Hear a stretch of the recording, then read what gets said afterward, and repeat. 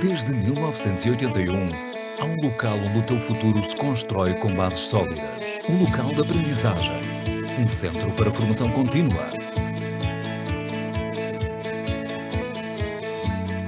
Uma comunidade dedicada ao teu futuro. Uma casa para formandos, profissionais, líderes. Para todas as pessoas que querem melhorar competências e conhecimentos. Para candidatos a um emprego qualificado.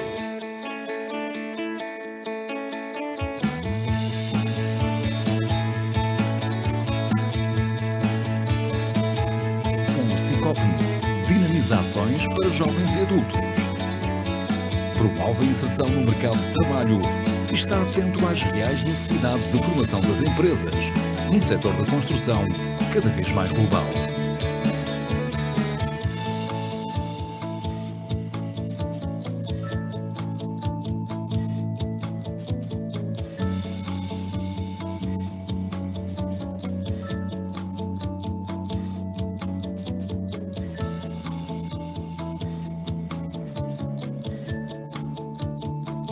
Aqui na Maia, somos casa para mais de 2.000 pessoas, incluindo formandos, formadores e colaboradores. A nossa missão principal é apoiar e valorizar os recursos humanos do setor da construção civil e obras públicas. SICOPN, a formar com excelência desde 1981.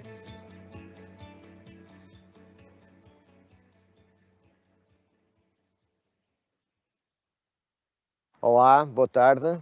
Meu nome é Rui Valente, sou o diretor do SICOPN. Venho dar as boas-vindas a mais um webinário. Gostaria de salientar que este ciclo de webinários, que já desenvolvemos há alguns meses, tem vindo a ter grande sucesso. Temos tido uma forte adesão de participantes e isso tem-nos motivado e continua a motivar-nos para, de facto, darmos continuidade a este projeto.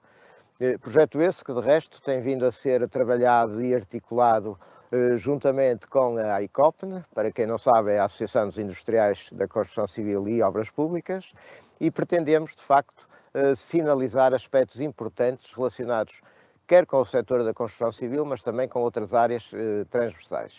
Aproveito a oportunidade para informar que o SICOPN faz este ano 40 anos de atividade. O SICOPN resulta de um protocolo estabelecido entre o Instituto de Emprego e Formação Profissional, por um lado, e, por outro lado, a Associação dos Industriais da Construção Civil e Obras Públicas. Do resultado desta parceria que nasceu, de facto, o SICOPN há 40 anos, como acabei de referir. Desejo a todos um bom webinário e uma boa tarde. Muito boa tarde. Em primeiro lugar, agradecer o convite. É com muito gosto que aqui estou. Durante a minha apresentação, vamos olhar para o setor da construção, traçar um diagnóstico sobre os problemas que enfrenta e também vamos falar sobre formas de resolver esses problemas. De soluções, portanto, uma dessas soluções será uma oportunidade para o setor alterar a sua matriz de competências e potenciar a entrada de pessoas vindas de outros setores para virem trabalhar em ambientes diferentes do ambiente das obras que nós conhecemos. Para isto, é importante a colaboração com entidades como, por exemplo, o SICOPN, para criarmos estas oportunidades. É importante também referir que, mesmo de pandemia, conseguimos manter a atividade. Portanto, a verdade é que houve muitas pessoas de outros setores que ficaram sem emprego e nós acreditamos que é possível emparceirar para treinar essas pessoas. Portanto, como disse há pouco, serão trabalhos com algumas características diferentes que vou explicar durante esta apresentação. Antes de avançar, vou fazer aqui uma rápida apresentação do Grupo Casais. É uma empresa com mais de 60 anos, robusta, que tem vindo a crescer exponencialmente nos últimos 10 anos. Atingimos uma dimensão que nos coloca como a segunda maior empresa do setor em Portugal. Nós temos projetos no nosso pipeline e, digamos, se há aqui um fator que nos limita este crescimento, portanto, são de facto os recursos humanos. portanto, trata-se de encontrar pessoas que nos ajudarão a crescer. Nós operamos neste momento em 17 países, contamos já com quase 1.600 colaboradores em Portugal e temos estado a recrutar. É evidente que numa fase em que é necessário implementar medidas para a preservação do meio ambiente, para protegermos até os ecossistemas e aumentar a qualidade de vida das pessoas, o Grupo Casais procurou sempre assentar o seu crescimento e na inovação. As empresas que duram mais tempo é porque têm uma característica, digamos assim, no seu ADN e tiveram de alguma forma capacidade de se reinventar. Nós na Casais estamos sempre atentos à inovação, a pensar em novas formas de construir, portanto, melhor, com mais qualidade, menos defeitos, mais rápido, com mais segurança. E nós não entendemos o crescimento do grupo isoladamente. Portanto, entendemos ao longo destas 3 linhas, portanto, a produtividade, as pessoas e o planeta.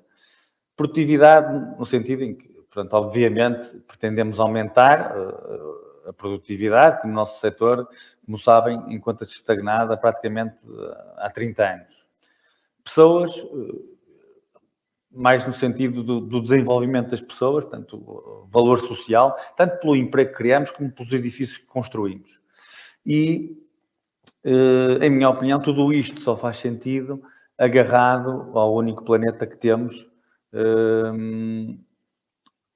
Portanto, estamos a ver que não poderemos comprometer a nossa única casa. Estamos nesta jornada de crescimento e não podemos olhar apenas para a componente económica. Dito isto, começo por contextualizar a sustentabilidade ambiental. Já todos ouvimos falar do famoso 1,5 graus. Digamos que vejo isto como uma meta que se achou adequada e de compromisso. Este é o limite a partir do qual as consequências sociais, ambientais e económicas serão dramáticas. E neste slide consegue-se perceber as tendências. Aqui do lado direito vemos os vários cenários, vemos para onde caminhamos, com as políticas e intenções atuais, e a verde aquilo que eu chamo de fazer acontecer. A subida da temperatura tem implicações dramáticas e cabe-nos a todos fazer opções responsáveis. Isto são factos. A intensidade e a frequência destes fenómenos tem aumentado e, a título de curiosidade, a 31 de março temos aqui uma cidade de França que bateu o recorde de temperatura mais alta de sempre, registrado em março, e passado uma semana, a 6 de abril, bateu o recorde de temperatura mais baixa de sempre, registrado em abril, de menos 6,9 graus. Portanto, como eu mencionei no slide anterior, a intensidade e a frequência destes fenómenos tem aumentado. Não me alongando, temos que mudar de vida. Já há zonas no Pacífico em que as pessoas tiveram que mudar por causa da subida das águas. Vi recentemente também um estudo na Euronews que indicava que mais de metade dos millennials no Reino Unido estariam dispostos a ver o seu salário reduzido para conseguir um emprego mais verde.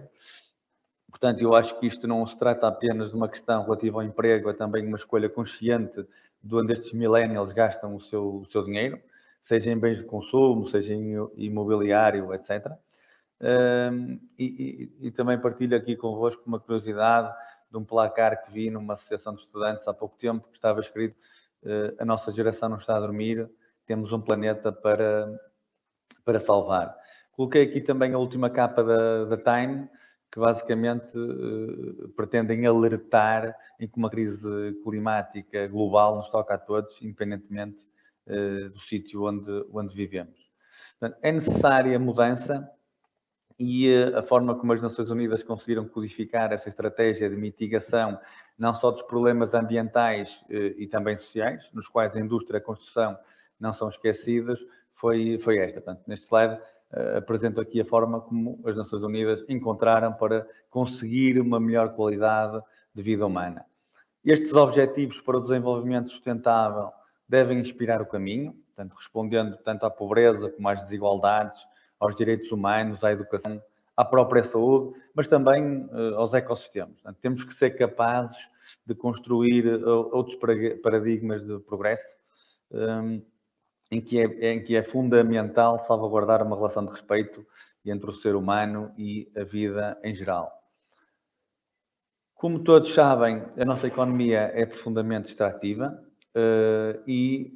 embora a população mundial tenha duplicado nos últimos 50 anos, a extração de recursos triplicou. Portanto, o nosso modelo económico atual depende fortemente de recursos finitos. Portanto, não é possível continuar a promover um desenvolvimento à custa da destruição da natureza. Nós temos que ser capazes de construir outros paradigmas de progresso, salvaguardando uma relação de respeito entre o ser humano e a vida em geral. Claro que é importante continuar a subir e, ao mesmo tempo, diminuir o consumo de recursos que se pretende que sejam cada vez mais sustentáveis. Quando eu falo aqui de sustentabilidade, falo em reduzir a necessidade de recursos, portanto, garantir que aqueles que usamos são o mais sustentáveis possível, poder utilizá-los mais que uma vez e, em última análise, portanto, poder pelo menos reciclá-los.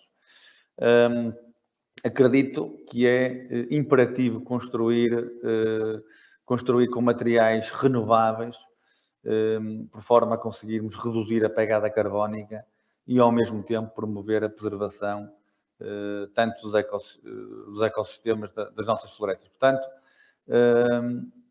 voltando ao ponto que já referi, reduzir a necessidade de recursos e uma forma de percebermos a eficiente utilização dos recursos é pela produtividade.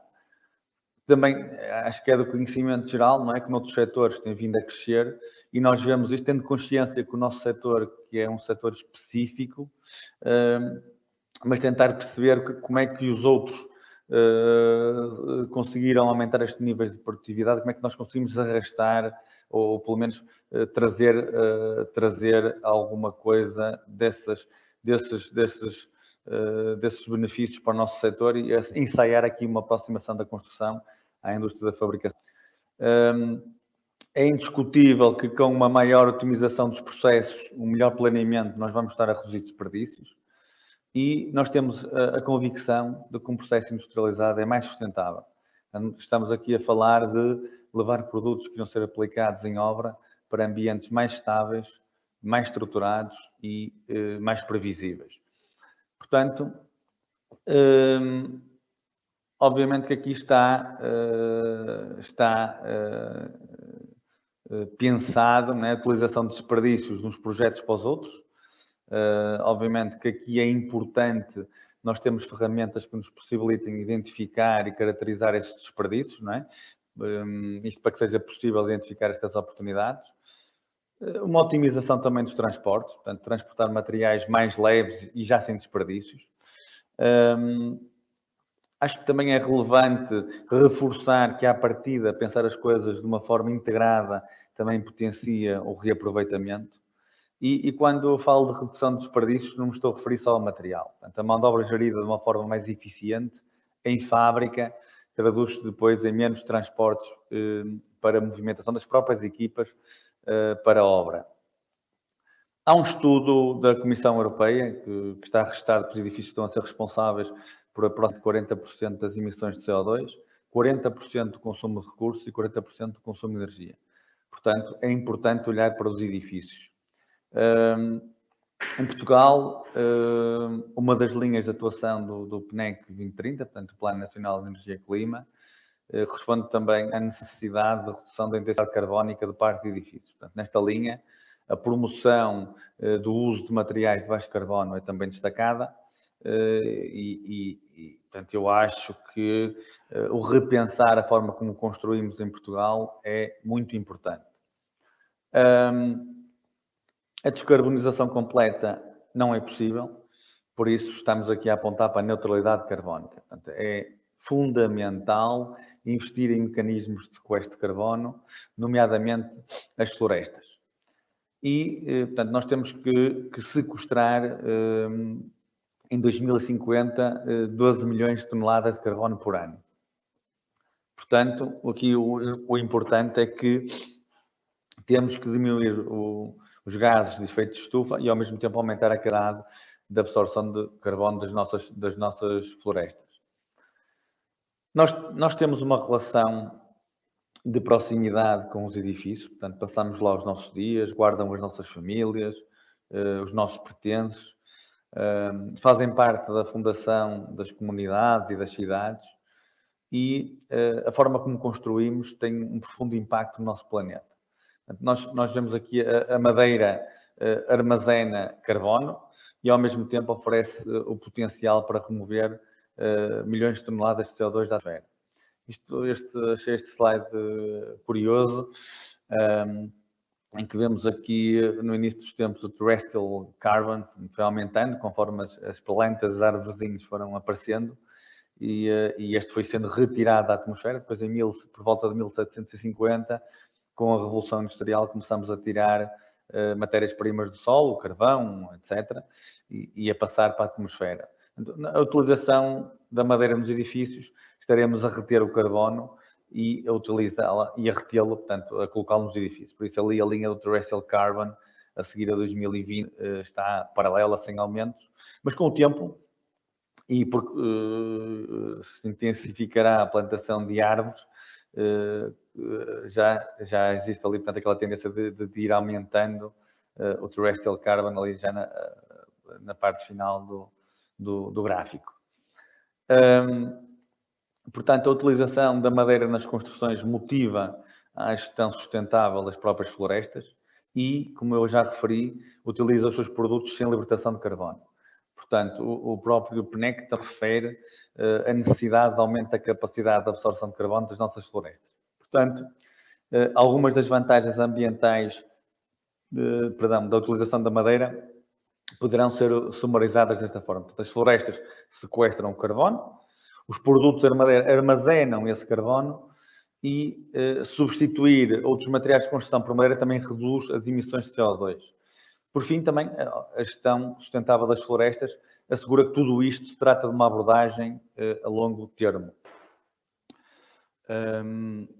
Para tal, é importante manter a biodiversidade, garantindo que o desenvolvimento florestal também é feito considerando as necessidades de industrialização. Numa floresta sustentável, para além das preocupações relativamente ao aumento da própria floresta, deverão entrar em consideração esta proteção fundamental da biodiversidade. A extração de madeira e o seu crescimento deverão estar sempre balanceados e temos que ter a certeza que a extração é sustentável e, acima de tudo, completamente transparente. O uso da madeira em espaços interiores é uma forma de criar uma ligação entre as pessoas e a natureza, principalmente quando a madeira se mantém no seu estado mais rústico e texturizado. E, portanto, há várias investigações centradas nos benefícios de saúde e produtividade em edifícios, por exemplo, de escritórios que utilizam a madeira. Estas investigações focam nas características biofílicas do design, portanto, biofilia aqui refere-se à necessidade que os humanos têm de se ligar com a natureza e, com a madeira à vista, as pessoas reportam menos stress, maior produtividade e sabemos que, portanto, que as pessoas são mais saudáveis quando conectadas com a natureza. Há um grupo de psicólogos da uma universidade canadiana que usou uma analogia com uma bateria, portanto, para explicar o que acontece quando estamos expostos à natureza. Basicamente, as nossas energias cognitivas, psicológicas e emocionais são recarregadas. Outro estudo da Universidade da British Columbia estabeleceu uma ligação entre a madeira e a saúde humana. Eles criaram basicamente 4 ambientes para estudar os efeitos dos materiais naturais na resposta ao nosso sistema nervoso central. Os efeitos de plantas e madeiras foram estudados numa amostra de mais de 100 alunos universitários e ficou provado neste estudo que há uma série de benefícios em trabalhar num escritório com estas características e também que o uso de madeira reduz o nível de stress. Portanto, colaboradores expostos à madeira baixam o seu ritmo cardíaco e a própria pressão arterial e promove também, de certa forma, o conforto e a melhoria da qualidade do ar. Do que me recordo também desse estudo foi também mencionado a satisfação dos próprios colaboradores, que, como sabem, em termos de custos, representam uma significativa nas organizações. A madeira faz parte de um futuro mais vibrante e mais sustentável e permite atuar nestes 3 vetores simultaneamente, portanto, da industrialização, do off-site construction, do indoor construction, que temos o tema aqui desta apresentação, portanto, uma construção diferente, um ambiente diferente, da habitação, portanto, de construir utilizando este tipo de material na sua estrutura e não só, e obviamente também combater as alterações climáticas, pelo que já referi acima, da captação do CO2 e armazenamento na própria madeira. Isto é um pequeno vídeo que ajuda a ilustrar a aposta do Grupo Casais na madeira.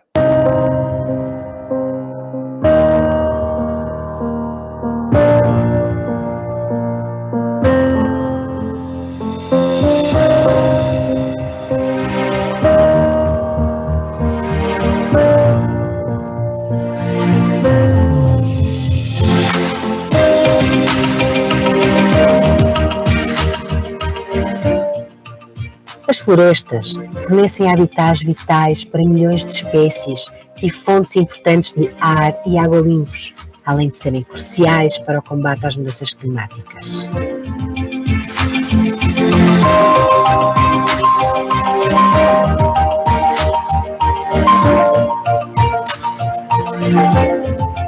São necessárias ações urgentes para reduzir a perda de habitats naturais e da biodiversidade, que são parte do património comum do nosso planeta. O Plano Nacional de Energia e Clima 2030 refere a necessidade de aumento de capacidade e absorção de carbono das nossas florestas.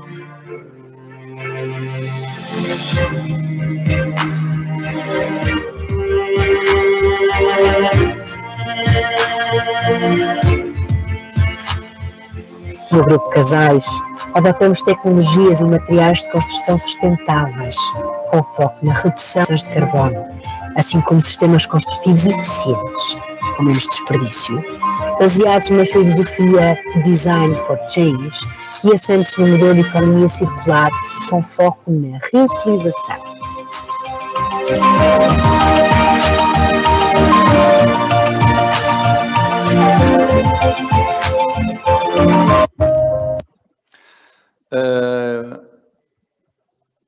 A madeira, portanto, há notícias sobre construções que utilizam madeira nas suas estruturas por todo o mundo e no futuro próximo a madeira constituirá uma parte cada vez maior do ambiente construído.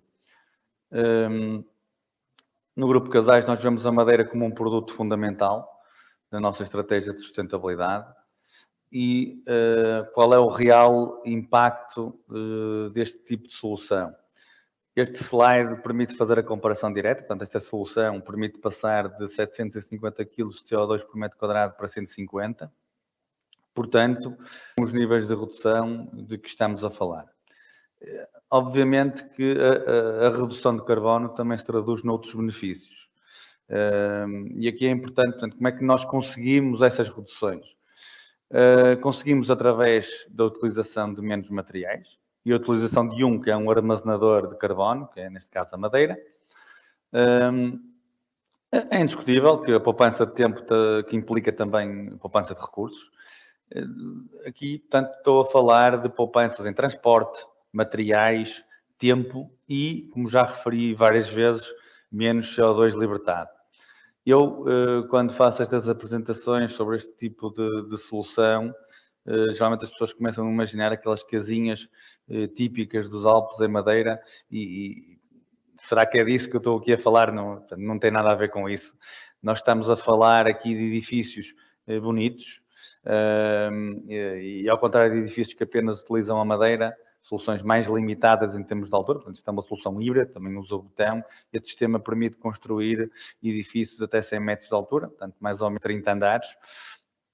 E é composto por grandes vãos e paredes exteriores não estruturais, de forma a permitir aqui um alto grau de flexibilidade, tanto para o design interior, como também para a fachada. E não ficam sempre iguais, nós podemos fazer múltiplas configurações. existe liberdade, os arquitetos não têm que se preocupar como as peças se ligam umas às outras, desde que mantenham em mente a abordagem sistematizada desta solução. Tudo se baseia em produtos pré-fabricados, que posteriormente se integram em obra. E isto vem um bocadinho na onda de que nós, no nosso setor, cada edifício é um protótipo. Nós, com este tipo de solução, pretendemos reduzir a complexidade e ao mesmo tempo, ter aqui uma abordagem standardizada. Estamos aqui a falar de peças maiores e em que a criatividade, portanto, não está de forma nenhuma limitada. Nós acreditamos que desta forma vamos conseguir também alterar o cenário de baixa produtividade do nosso setor, como eu referi nos slides acima. Eu vou passar aqui um pequeno vídeo para vermos a rapidez de construção deste tipo de solução estrutural. Refiro apenas antes de passar o vídeo que nós temos, com uma solução desta, temos mais certezas, temos muito menos dependências, temos mais garantias, rapidez vocês vão ver, prazo e qualidade. Portanto, eu vou passar aqui rapidamente então o vídeo.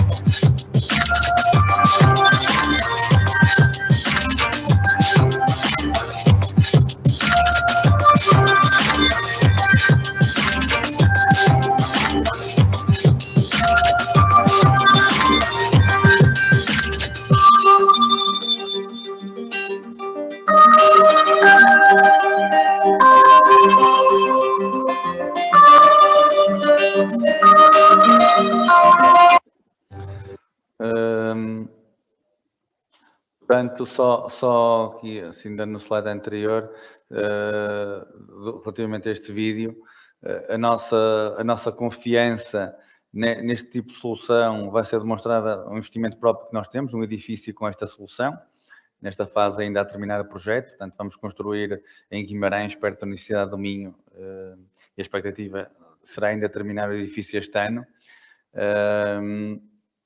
Portanto, fica aqui esta nota em jeito de curiosidade. Naturalmente que estas soluções só são possíveis porque se altera o local de fabrico de construção de obra para um ambiente muito mais industrializado e essa alteração permite-nos também aumentar o valor acrescentado aqui em Portugal. Portanto, a nossa empresa responde pelo fabrico destes elementos, não só da CRI, como outros elementos, como outros que eu vou explicar à frente, é a Blufab. Portanto, eu vou explicar à frente o tipo de produtos que estamos a fabricar. Portanto, tudo que é construção industrial está a responsabilidade desta empresa do grupo com o nome de Blufab. Nós já temos, com a visão que tínhamos, decidimos avançar com a construção da unidade industrial que dá corpo a esta nossa estratégia. E pronto, este processo construtivo que nós chamamos de off-site ou indoor, portanto, estamos aqui a falar de soluções que permitem a geração de bons empregos locais. Portanto, a industrialização oferece condições de trabalho diferentes. Por exemplo, portanto, a estabilidade, acho que damos aqui garantias de estabilidade para o colaborador, portanto, é um posto mais fixo, onde é possível manter, digamos, o colaborador pode manter as obrigações pessoais, pode estar perto da área de residência. Nós temos também casos de colaboradores que já deram com provas dadas na casa e que por razões diversas não querem ser mobilizados para outras geografias, que também é uma oportunidade. É obviamente que este tipo de construção proporciona uma plataforma ideal para alavancar e desenvolver novas tecnologias, o que torna também a construção muito mais atrativa para captar interesse das novas gerações e é indiscutivelmente uma boa oportunidade para abrir o setor de construção a pessoas que têm outro tipo de formação.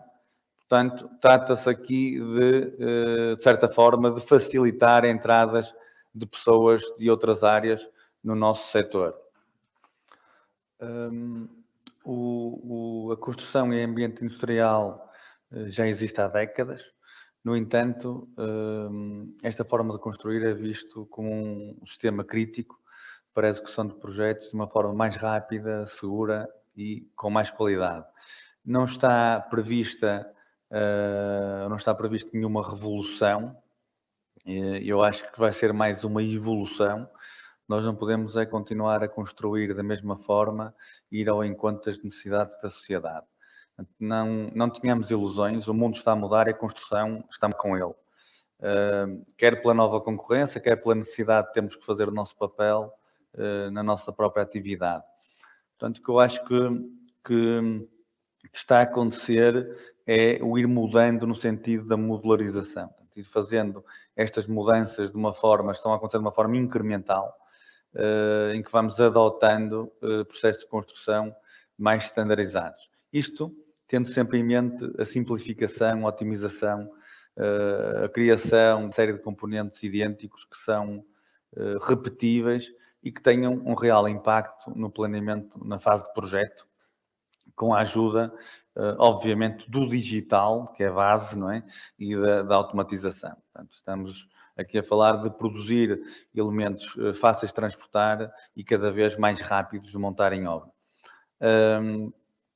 Está escrito na literatura do off-site que há fortes evidências da ligação entre o aumento da produtividade e o nível de inovação de um determinado setor. No entanto, o que nos torna mais produtivos é a capacidade de trabalhar de uma forma coordenada, a implementação, digamos, de processos mais eficientes e, obviamente, e treinando os colaboradores e, como eu disse há pouco, adotar formas de construção mais standardizadas.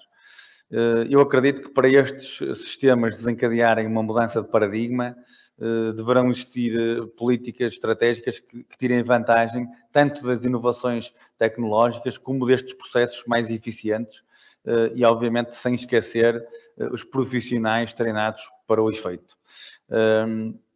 Eu acredito que não deveremos negligenciar nenhum destes vetores se pretendemos ter ganhos de produtividade significativos.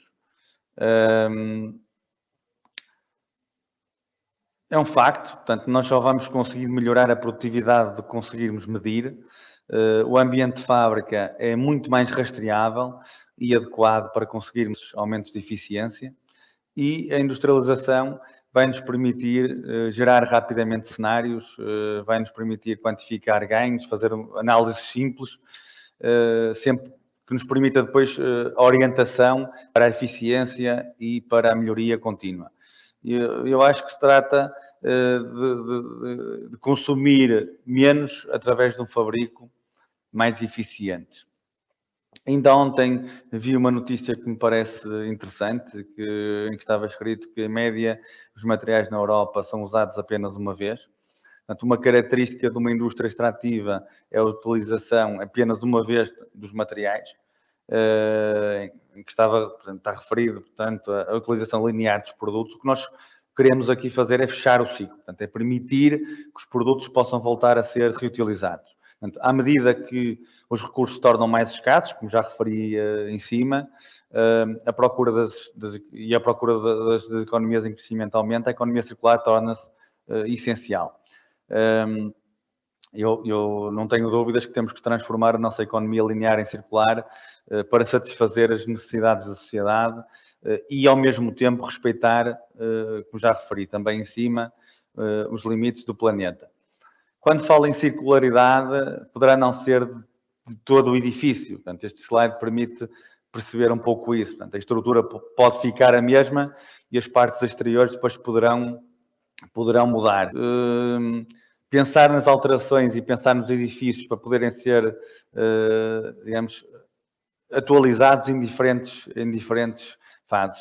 Isto também permite a flexibilidade de espaço. Portanto, um casal que tem um filho e precisa aumentar um quarto, é possível desmontar uma parede no dia seguinte estar a montar outra. Portanto, menos tempo, menos lixo, e este tipo de modalidade permite fazer isto. Não é? Quando nós já tivemos que fazer obras em casa, sabemos o transtorno que isso traz. Portanto, pensar isto desta forma tem, obviamente, e indiscutivelmente, essas vantagens.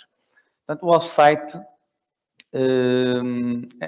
mais económico, portanto, estamos aqui a falar de economia de gastos de capital, mais seguro, portanto, reduz os riscos de acidente de trabalho. Vimos há pouco uma foto, não é? Em ambiente industrial tudo é controlado, a temperatura, os movimentos, as montagens, tudo é preparado ao nível de solo. O BIM, que garante opções de construção, o design ilimitado, portanto, o design aqui não fica comprometido, a utilização de materiais de qualidade, em que atendem e ou superem as estruturas construídas no local. Estamos a falar de menos perturbações no local de obra, que ainda há pouco referi. Auxilia também no cumprimento de algumas metas de LEED, portanto, que encaixam em todos estes conceitos que eu acabei de descrever. Menores consumos de água, portanto, o desperdício é menor pela reciclagem de materiais. Melhor qualidade do ar, utilização de materiais não tóxicos, utilização de materiais sustentáveis, portanto, utilização de materiais mais ecológicos e inovadores. O nosso objetivo também passa por dar a conhecer ao cliente aquilo que ele precisa para cumprir os seus objetivos, não é? O que nos cabe a nós fazer é mostrar-lhes alguns sistemas construtivos que, entretanto, evoluíram e que, eventualmente, eles possam não ter considerado. Eu recordo-me que, antigamente, o gesso cartonado era sinal de ruído, não é? Hoje em dia já não se vê as coisas da mesma forma. Portanto, o mundo avançou e a tecnologia também foi avançando. Portanto, aqui vemos, não entrando aqui em detalhe, uma solução e a outra, não é? Estamos a falar, obviamente, de soluções mais rápidas, mais leves, que depois permitem, tanto o próprio projeto depois permite que existam partes que sejam preparadas em fábrica, como já referi, não me querendo repetir, de trabalhos mais limpos, em que os desperdícios de um produto, por exemplo, de um produto que estejamos a fabricar, podem servir para um projeto no Porto, portanto, serão para desperdícios de um projeto, serão matéria-prima de outros projetos. Portanto, existem, obviamente, maiores valias para os colaboradores ao manterem também o seu posto de trabalho mais fixo e em condições de trabalho mais controladas. Este slide procura traduzir um bocadinho a visão de que um processo industrializado é mais sustentável. Não querendo aqui repetir, estamos a falar de utilização de desperdícios de um projeto para os outros, a otimização dos próprios transportes e pronto, uma série de vantagens que eu já referi. Está também aqui inerente a libertação do tempo de alguns dos nossos técnicos por causa de uma menor necessidade de controle, não é? Portanto, libertando a equipa para trabalhos onde o conhecimento tenha mais impacto na própria obra. A maior vantagem do planeamento 3D com o Building Information Modeling é ter aqui uma única fonte, portanto, agregando modelos individuais ao modelo BIM comum, podemos encontrar diversos problemas e conflitos ainda numa fase muito precoce. Isto é muito importante. Portanto, as empresas que dizem que usam BIM, eu acho que é muito importante, mas é também importante que o processo depois também acompanhe, não é só a utilização do BIM. Os três componentes principais de cada modelo BIM coordenado são o modelo estrutural, o modelo arquitetónico e o MEP, não é? das especialidades. O resultado final da combinação de todos os modelos dá origem a este modelo completo chamado Digital Twin. Portanto, esta abordagem BIM, combinada com soluções previamente aprovadas, reduzem, obviamente, a possibilidade de ocorrerem erros ao mínimo. Eu tenho aqui também um vídeo que compila alguma desta informação do off-site, passar.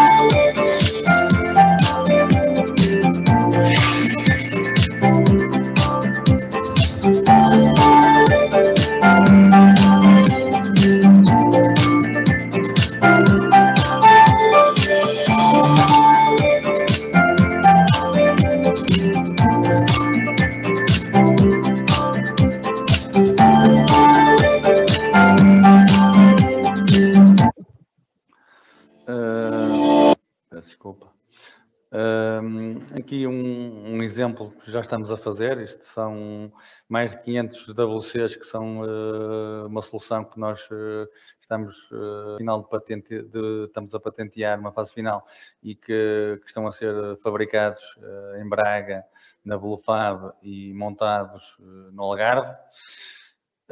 Já viram há pouco no vídeo, portanto, o que estamos a fazer neste momento, já estamos a atingir, portanto, já temos vários produtos de valor acrescentado fabricados aqui na nossa unidade de Belufab.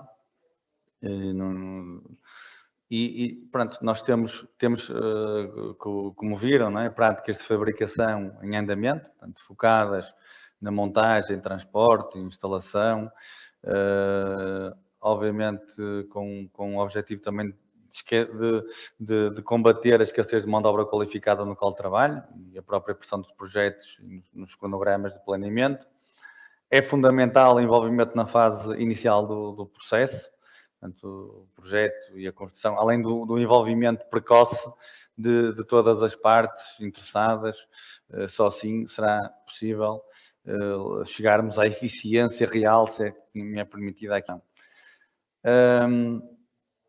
Ainda há pouco tempo li, só aqui a título de curiosidade, li uma citação do diretor de marketing da Dell, que dizia que 85% das profissões que existirão em 2030 ainda não foram criadas. Portanto, aqui a título de curiosidade, nós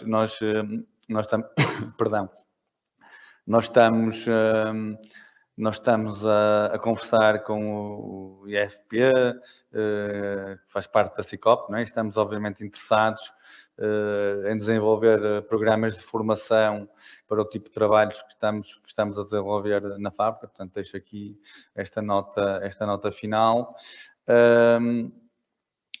Tudo isto se trata de uma aposta que vem do topo da nossa organização.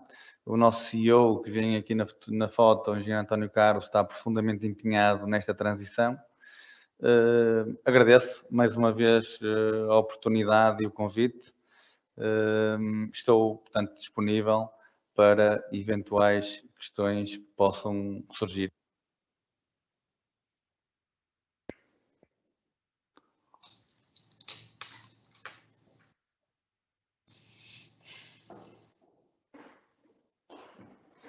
Olá, boa tarde.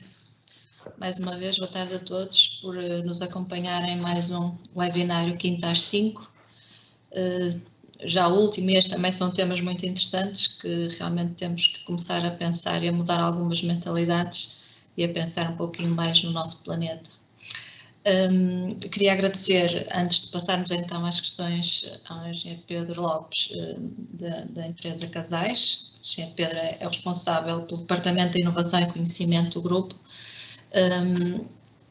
e está agora disponível então para responder a algumas questões que nos foram sendo colocadas durante esta apresentação, que eu vou passar então a colocar.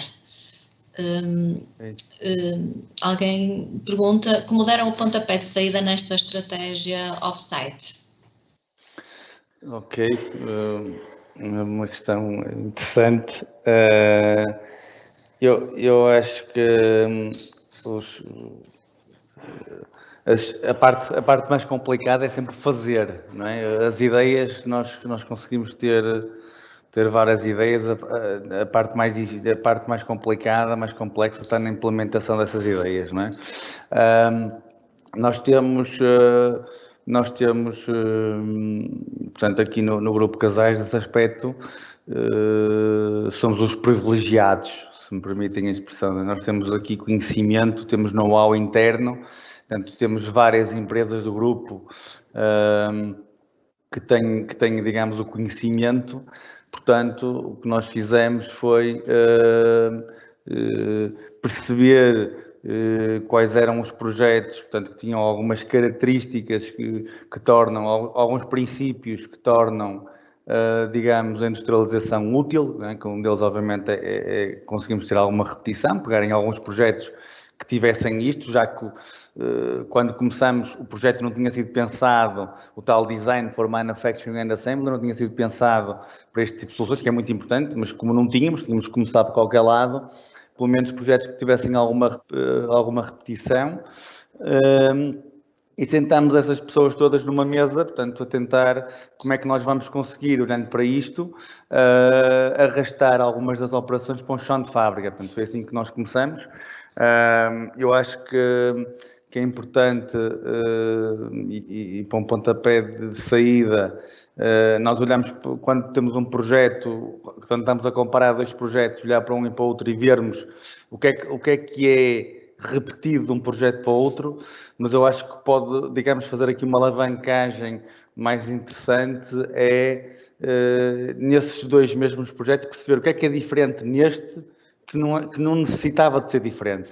Portanto, quando nós juntarmos estes dois balões num só, conseguimos ter aqui, digamos, matéria para começar a trabalhar. E, portanto, quando há know-how interno das diferentes áreas, depois também é mais fácil começarmos a trabalhar em soluções. Portanto, foi dessa forma que demos o pontapé de saída.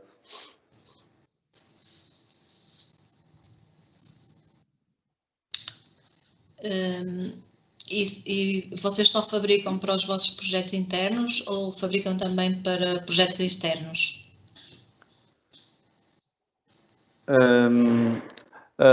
Portanto, a Blufab, portanto, que é a unidade, como eu expliquei na apresentação, digamos que está responsável pela industrialização, pelo fabrico destes produtos que depois encaixam nas obras, que foi criada há cerca de... A Blufab tem 1 ano e meio, portanto, 2 anos no máximo. Portanto, na nossa trajetória nós incluímos a possibilidade de fabricar para externos, não é? Mas neste momento, não é, como nós estamos como todo este processo está a revelar um sucesso, não é? Uma aposta muito interessante, nós com os nossos projetos internos temos absorvido, digamos, a produção na Blufab.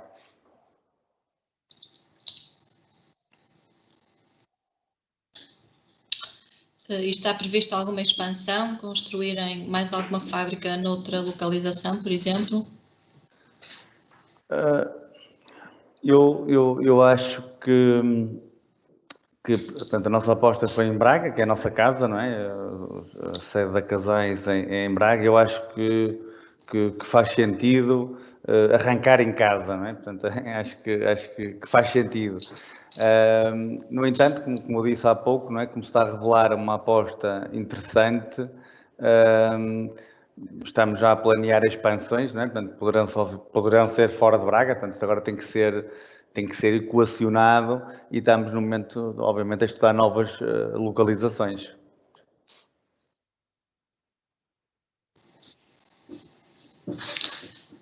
A Blufab fabrica just in time ou para stock? Eu acho que é um mix.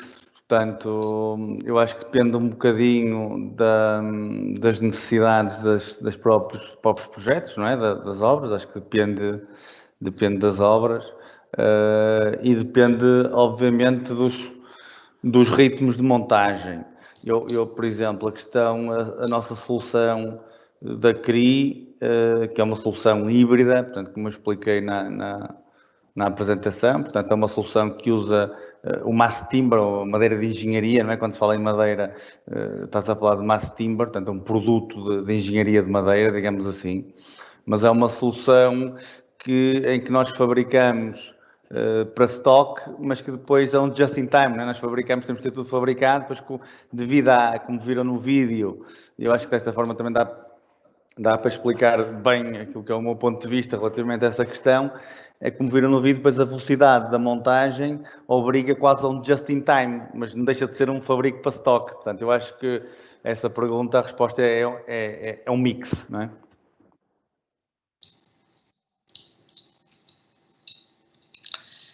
Tem alguns números da Blufab relativamente a aumentos de produtividade?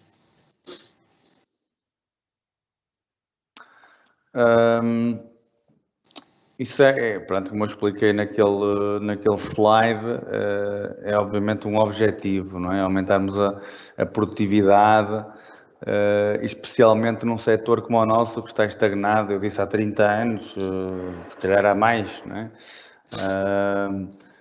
Portanto, é um setor que não tem inovado muito e é muito importante olharmos para a questão da produtividade.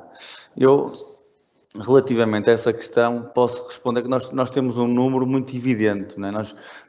Eu referi na apresentação e passou um slide com umas fotografias de uma solução de WCs que nós já estamos a aplicar nas nossas obras,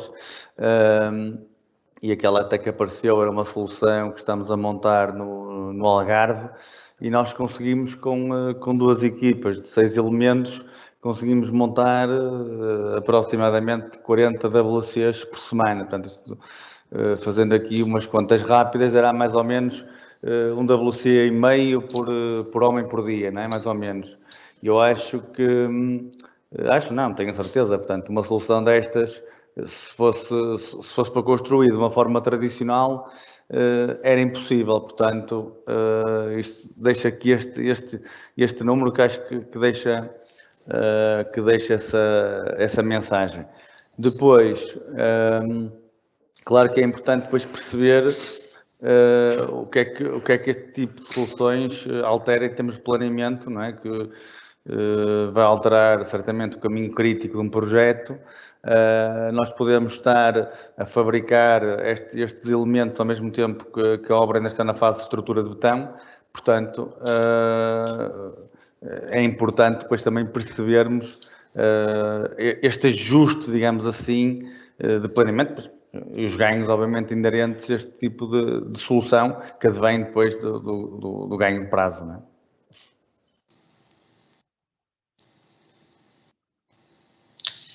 Qual é a importância do digital e da automatização em toda a vossa estratégia?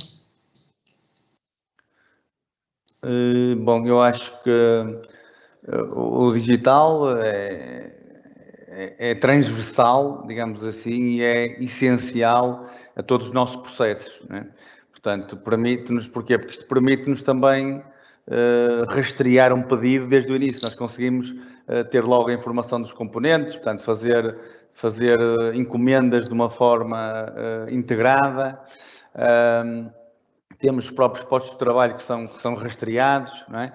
Depois cada produto vai já com o código QR Code, com a informação do produto, para onde é que ele tem que ser colocado, etc. Portanto, isto é digital, eu diria que é essencial. A questão da automatização, eu acredito que está mais relacionada aos processos, não é? E aí já estamos a falar que obviamente é diferente fazermos uma parede em obra, com a parede, com as suas infraestruturas, com os seus revestimentos, é diferente de fazermos numa fábrica. Portanto, para isso, obviamente precisamos destas tecnologias de fabrico, já há equipamentos que todos conhecemos, CNCs e máquinas digamos, serras verticais, etc.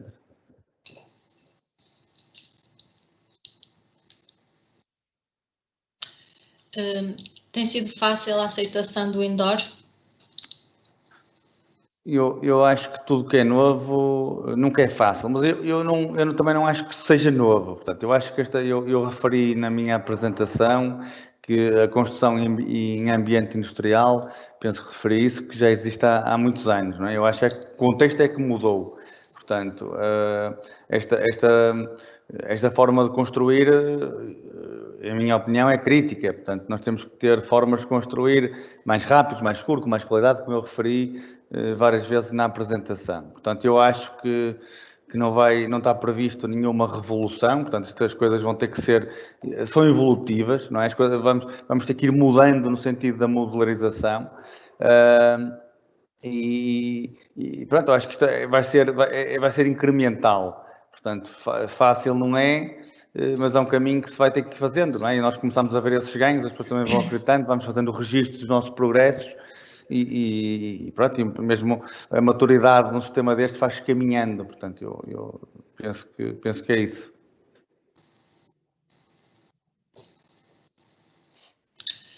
Com este conceito de construção indoor, há necessidade de reajustar a articulação com as várias especialidades da obra? Sim, há necessidade de rever, não é? Porque a fase em que nós entramos em obra com os nossos produtos, também dependendo do produto, obviamente, dependendo do projeto, há aí muitas variáveis que deverão ser equacionadas. Mas eu acho que sim, portanto, que se nós já fazemos uma parte em fábrica, depois a coordenação em obra tem que ser repensada, tem que ser digamos, adaptada para que depois as peças de Lego, como eu também disse algumas vezes, não é? Mas peças de Lego depois encaixem uma nas outras. Portanto, sim, a resposta é sim.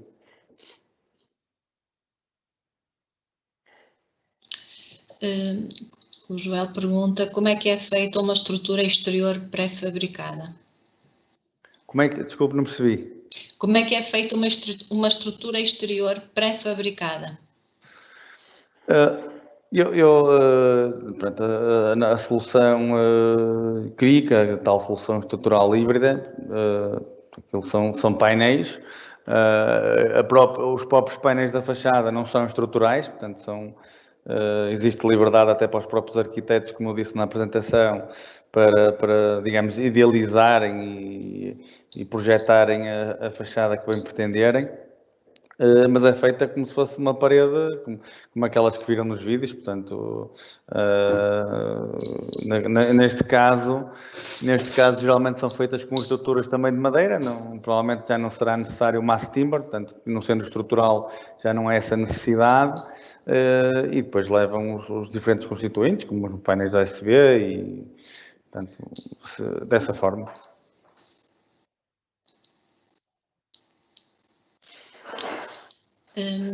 Como derrubar as barreiras das empresas, empresários e a sociedade em geral de abandonar práticas convencionais na construção e optarem por práticas mais sustentáveis e amigas do ambiente? Esta pessoa que faz esta questão diz que trabalha na gestão de RCDs e que sente isso todos os dias e a grande dificuldade de transformar resíduos em recursos. Como é que se pode mudar isso? Eu acho que isto é uma oportunidade que nós temos de criar uma história, digamos, uma narrativa que seja convincente. Eu acho que começa por aí, não é? Ter uma história, uma narrativa convincente. As tecnologias estão disponíveis, portanto, eu acho que isso é importante. É importante fazer também um piloto e avançar-se, digamos, para o terreno. Eu acho que se nós olharmos um bocadinho as novas tecnologias com um impacto positivo no ambiente, portanto, os exemplos que temos que também tiveram uma ajuda para maturar, o caso dos fotovoltaicos, da eólica, até dos próprios veículos elétricos, portanto, que eu penso que não estou a dizer nenhum mais neiro, que também são isentos de impostos, portanto, nós podemos estacionar e não pagar parquímetro, pelo menos em algumas zonas. Portanto, eu acho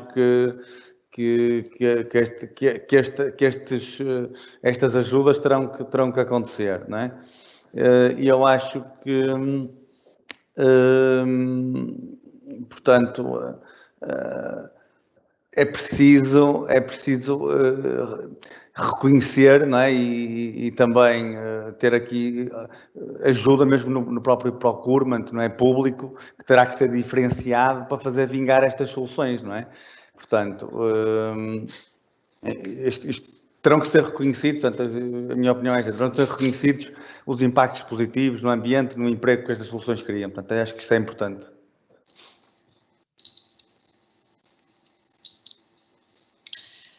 O indoor reduz a quantidade de mão de obra. Está em perigo o trabalho de muitos trabalhadores? Será? Eu acho que não. Eu acho que falei um bocadinho sobre isso há pouco, não é? Nós neste momento na nossa Blufab, nós temos, que me lembro assim de cabeça, nós temos colaboradores que estavam a montar móveis de cozinha, temos um que penso que era relojoeiro, temos outro que acho que montava eletrodomésticos.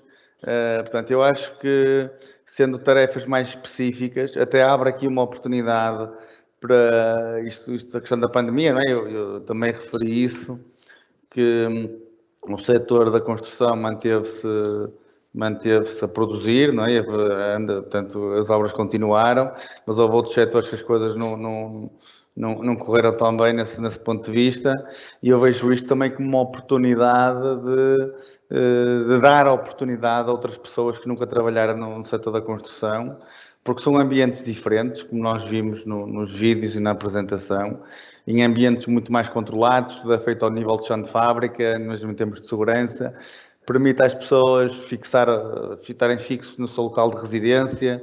Portanto, eu acho que não, eu acho que isto abre outras oportunidades, também no sentido de termos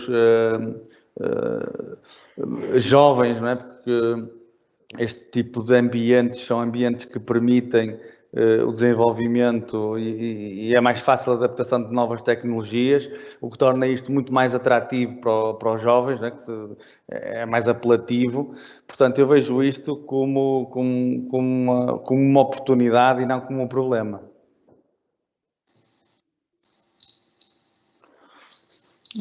Esta questão dos jovens acho interessante porque é jovens que nós temos que começar a atrair mais um bocadinho para estas profissões do setor, e realmente estas novas formas de se construir pode ser que seja uma excelente opção. Ora bem, tenho aqui mais uma questão. Alguém que pergunta se existe mão de obra qualificada para estas técnicas de pré-fabricação. Relativamente a essa pergunta,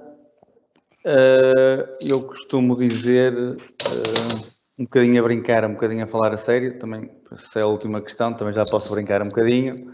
Costumo dizer que nós andamos de katana na mão. Não é? Ainda não é a última, então pronto, mas brinco também mesmo.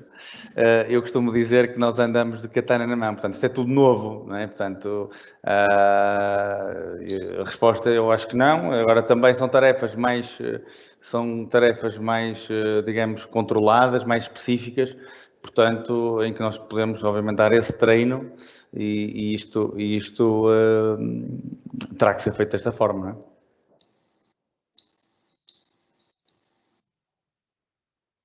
Agora sim, vou colocar a última questão. O Miguel Rocha pergunta se este tipo de sistema de construção, em termos económicos, os custos de obra ficam mais económicos e no final da sua conclusão e a longo prazo da obra. Quanto à sua manutenção, também será mais económica? Começando pela manutenção, portanto, eu falei também na questão de ser rastreável, né? Nós sabemos exatamente para onde é que vai cada parede, aquilo tem um QR Code, portanto é muito mais fácil depois conseguirmos detectar problemas, até substituir as próprias paredes. Eu falei aí da questão da economia circular, da adaptação, porque nós pensamos todo este processo e a forma como nós colocamos os materiais, mesmo de uma forma que depois permita a própria desmontagem e reutilização. Portanto, isso é muito importante. Como é que era o resto da pergunta? Desculpe lá, Rita, podia repetir? Relativamente aos custos, não é? Sim, aos custos. Eu acho que mesmo a questão da madeira, por exemplo, não é? A madeira ou mass timber, não é? Poderá ser a partir de um material que é mais caro, mas com esta visão da repetição, portanto, nós temos a certeza que vamos ser competitivos. Portanto, é preciso perceber, não é, que isto terá que estar encaixado, digamos, na matriz. Portanto, a repetição é uma das vantagens económicas dessa solução. Relativamente mais aos componentes da BlueFab, obviamente, eu penso que também já disse isso, não é, que os princípios para a industrialização ser útil, portanto, é a repetibilidade, não é? E o design for manufacturing and assembly, não é? Portanto, estas soluções têm que ter pensadas de início. E qual é o argumento base da industrialização? Portanto, não sou eu que o digo, não é? Isto está na literatura do off-site construction. É, obviamente, a redução de prazo, não é? A redução do tempo de obra. Portanto, obviamente que depois a longo prazo, com esta redução também de prazo, que se tornam soluções muito interessantes, mesmo do ponto de vista dos custos, não é?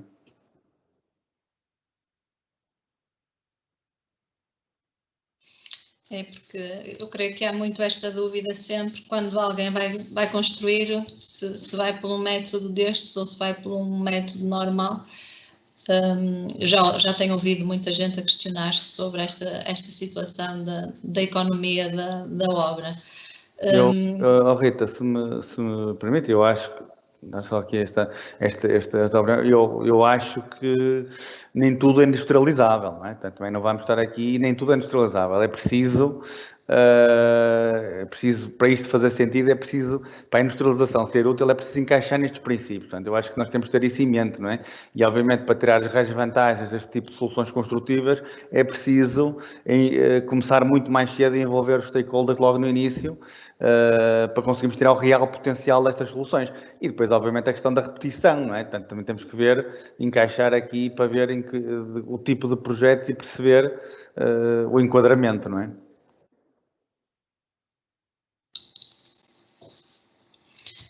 Realmente acho que é uma área que vai trazer aqui muito de novo e pode ser que consigamos atrair mais gente jovem para este setor que está com grande necessidade de qualificar gente para trabalhar. Pronto, estamos aqui a chegar ao fim de mais um webinário, mais um Quinta às 5. Resta-me agradecer aqui mais uma vez ao Engenheiro Pedro Lopes e à empresa Casais, que se disponibilizou para fazermos este webinário.